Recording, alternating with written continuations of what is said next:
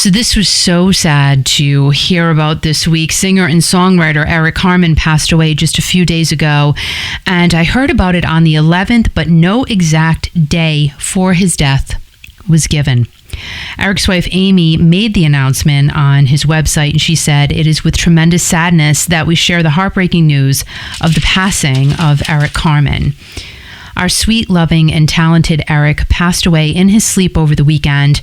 It brought him great joy to know that for decades his music touched so many and will be his lasting legacy. Please respect the family's privacy as we mourn our enormous loss."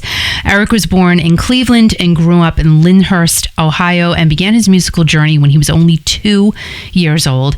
He started writing songs when he was 11 and got his first recording contract when he was with his group Cirrus Erie, but no hit records happened during that time. However, this band was the route for Eric to get his front row spot in the Raspberries.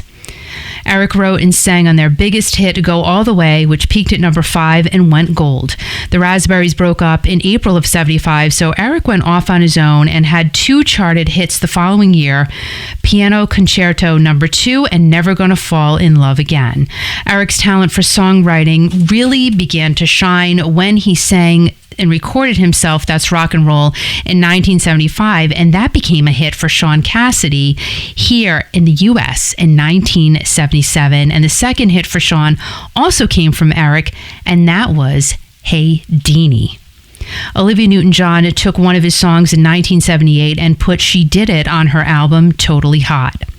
Another song Eric is known for is All By Myself, and that can be heard on his 1975 self-titled debut album.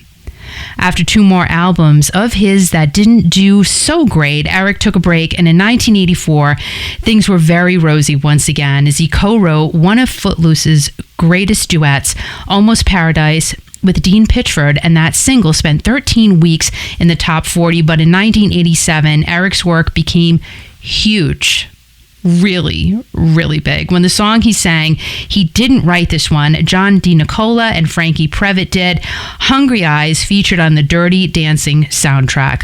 Literally, this is one of the hottest songs of the 80s all the way around. The way Eric sang it, the way Patrick Swayze and Jennifer Grey reacted to it, and the way we fell in love with it. Eric did a tour with Ringo and his all-star band in 2000, but we really didn't hear a lot from him after his Dirty Dancing hit. Now, I could not find any info claiming that Eric had been diagnosed with an illness prior to his death, and the fact that his wife said it was sudden and the words she wrote kind of gives the perception that he may not have been sick for a long time, but we just don't know. And Eric Carmen was 74. You know, I just did a story about Hungry Eyes not too long ago, maybe within the last month. And I didn't read anything about Eric being sick or had an illness or anything like that. So I do think this may have unfortunately come out of left field, but very, very sad. And just every week we're hearing, someone passing, and it's just kind of the way it is now.